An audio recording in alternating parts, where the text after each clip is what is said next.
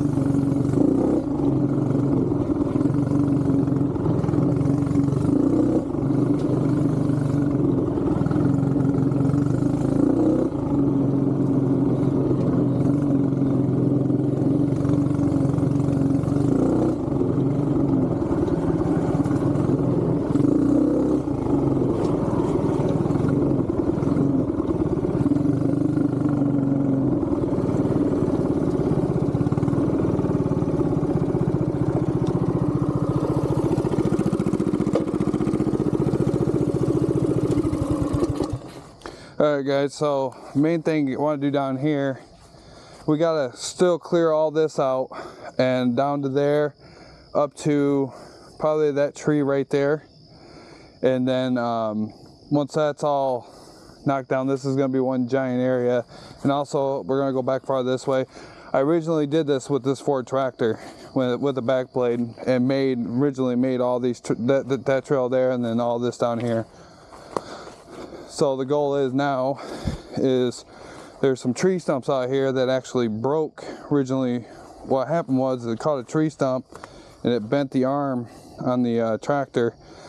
It's not bent enough to where I can't put a back blade on it still and run it, but it's too bent to run this brush hog. So, and I'm thinking about just selling this brush hog. It works and everything. I think I'm just gonna sell it because I don't technically need it. If I need to mow this, I'll just get a riding tractor and mow all this down.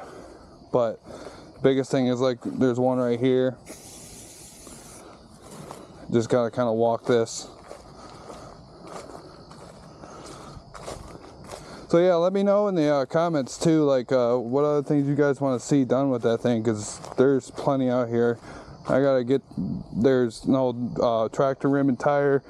I know there's some a vehicle frame out that way. There's a couple cars up I gotta dig out of the ground. This used to be an old sawmill, so back in the day when they ran their saws, they just used cars and took the bodies off and used just the frame, and then pull the tire off and use the rim to run the belts. So pretty much everything they had, they just buried it when they were done.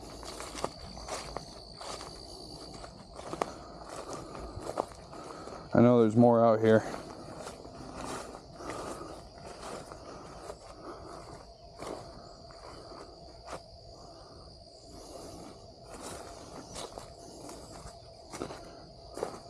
And then also that's the direction I was going originally before I broke the tractor. I was cutting into there, and then there's a swamp over there, but it goes back uphill, and I was gonna have the trail kind of run uphill, and then that'll be another like 300-400 feet of trail going that way, and then coming back up to the other side where the barn's at. And then eventually, once the outer perimeter is done, we're going to start cutting into it and start making trails that lead off into different sections. But I just want to get the outer of it done. Like, this thing needs to go. And this one needs to go.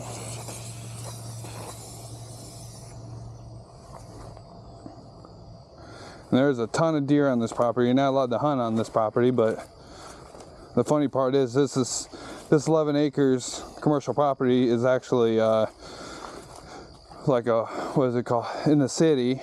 And then that property right there, which is an acre right there, is actually out in the country. So eventually I'm gonna try to buy that property. If we keep this property, I'm gonna try to buy that so we could have that, because nobody uses that side. I know there's more down here, but I just need to bring down the battery for this. This thing should fire right up. It never really gives me hassles. Hasn't been started in about 3 months, but normally it fires right up.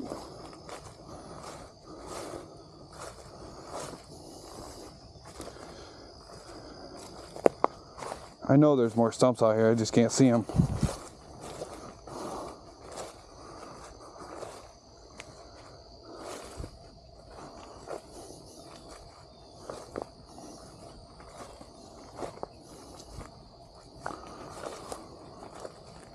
Oh, there's one right there. That's why I bought this, because some of these are kind of hard to see, and I want to get all of them up so that way if I do ever come down here mowing, I don't just ruin the mower. Because I actually was going to show you guys, I had a 26 walk behind. It's an older walk behind mower, and the engine was like an 8 horse, and it was shot. The governor broke in it, so it just revved to the moon and blew up. And I had a 20 horsepower Briggs sitting in my storage container, so I put it on it. It was working perfect until I hit one of these tree stumps and sheared the bolts off for the pulley. So I got to try to fix that. Well, I guess what we'll do, I thought I was going to be able to find more of them, but at least I got some of them marked. And then a tree fell on our tent too. We'll go get the excavator, get it down here, and then we'll start popping them out. And then as we see them, we'll rip them out. I'm gonna have to fix this. That you can see right there where a big branch snapped off one of the storms we had, and it came down right here, and part of it's still up there, and the rest of it came down and smacked this. So it broke the rod on it, but I'll probably just take a rope and string it up, because it's nice to have something like this, especially when you have your son out here. And so this is going to be his area to ride his four-wheeler and stuff. So we'll go ahead and we'll go take the mini bike, get back up there, and we'll take the slow drive, because if you own one of these, you know how fast they are. So we'll take it and get down here and get them popped out. And then maybe I'll just lower the blade down, and as I'm driving, if I bump into one, we'll dig it up. And then we'll get going that way. We'll get chainsaw out, and if I can't lift it and move it, we'll cut it up and then lift it. We'll find out though. So go ahead and go get that. Alright guys, we'll go ahead and drive this thing down there. I'll save you guys the hassle of watching this thing go all the way down there. So we'll catch up right when we get there. Alright guys, hope you guys can hear me. I'll have to check and see. I'm inside it right now with it running. So I'll show you guys how easy this is. It definitely makes life easier getting these things out.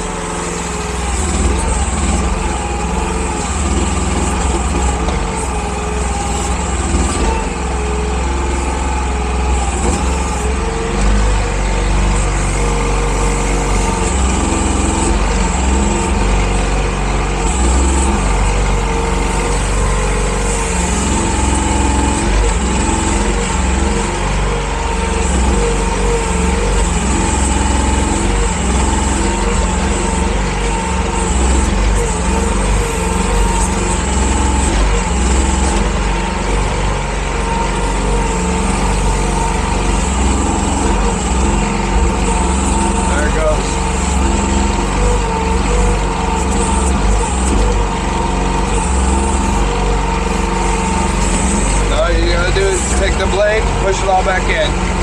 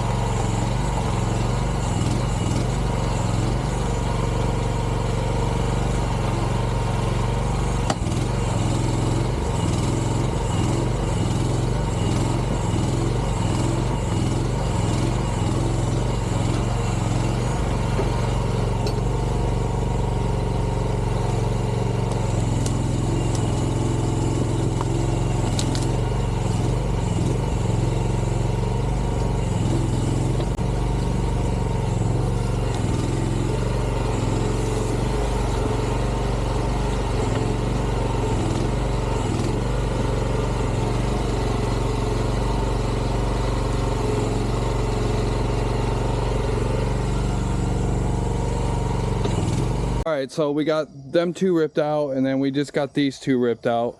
The first one was a little bit harder than all these, and it's probably because I said, look how easy this is going to be. It's usually how it works. But we went ahead and got these bigger ones out. I know somewhere in there's a couple of them, but I'm going to wait till I get the back blade on the tractor, and I'm going to rerun all this back over, and then all these, every single one of these little trees is going to be ripped out of the ground all the way down. It's going to be quite a few trees, but most of them should be pretty easy to tear out. This ground is fairly decent. It's not crazy compact. But now we're going to head this direction. There's some logs down, and then there's a giant tree that I cut. I may have to run back up and get my chainsaw so we can cut that up, or try to work around it. But we'll see when we get in there, because it gets pretty heavily wooded. I want to say a lot of fallen trees. But somehow we're going to go in there, make a trail that goes up that way. So we'll go ahead and head that direction right now.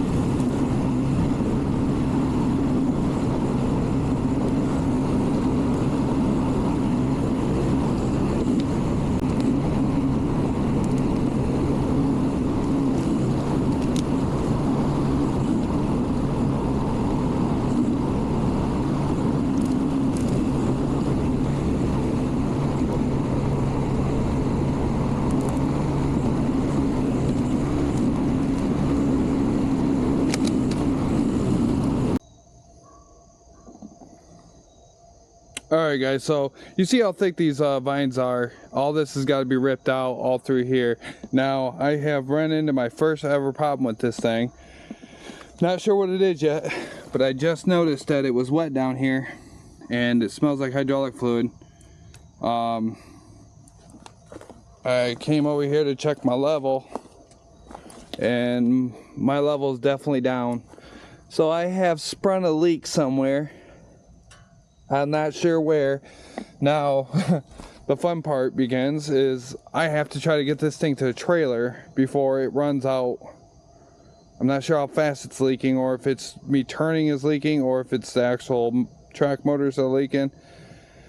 So I'm going to try to limp this thing back up there and get it on the trailer. And then I guess if I have to, I'll run out and get some more fluid and put it in it to finish the weight back there. But I got quite a distance to get back to where the trailer's at, so this might be a little interesting.